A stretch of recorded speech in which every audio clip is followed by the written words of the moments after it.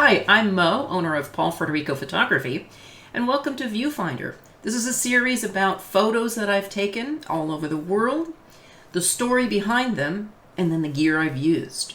So come with me today on a trip to Tanzania.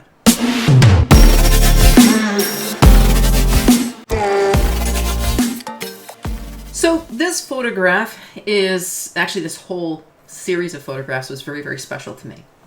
In 2008, I was fortunate enough to be at the tail end of the Great Migration in the Serengeti in Tanzania. And I was the only one at the camp. Because I was the only one at the camp, I pretty much got to do whatever I wanted. The general manager of the camp, who was also taking me around, happened to be from a tribe of farmers. And he asked me if I'd like to see something different. Absolutely. Are you kidding me? I'm a photographer. So he took me to this area in the Masai village where he and his fellow tribesmen had actually taught these women how to farm. Now, it wasn't as simple as just that. He had to ask the warriors, their husbands, if it would be okay, for permission, to teach their wives to farm. This was a good way, he felt, of helping them to not only bring money in for their tribe, but to help them be a little bit more self-sustaining. These vegetables that they grow, they then sell to the camps and the lodges in the Serengeti for tourists. So it brings them actually extra money as well. So these are the women, and the vegetables they were growing, as you can see, are unbelievable. They're incredible.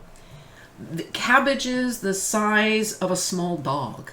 It was really, really wild. So each woman went and stood by her crop. And this is the photograph you see them going out to stand by their crops. That's why they're all kind of separated. The soil so fertile, but these are women that are not used to it. They're used to taking care of the cattle and the goats and taking care of the village and the children.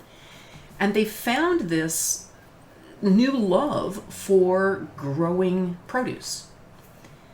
So take you to the next photograph, and this one, I asked the ladies if they wouldn't mind letting me take a photograph up close.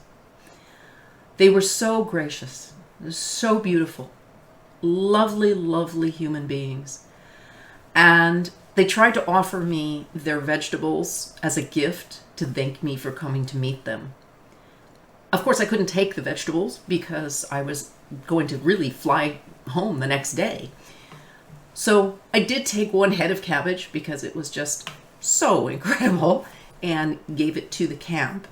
But instead, I bought some of their jewelry. I felt that would be a wonderful gift and something small that I could carry with me. So I did bring some of that jewelry home. But each one of these ladies had such a beautiful heart, and you can see it in their eyes, you can see it in their faces, how good they felt about this new venture that they were going on, this new venture for the Masai women that no other Masai tribe had outside of their village. So it was very, very special. Special for me, it was special for them. This isn't something that tourists, pass by their village and get to see.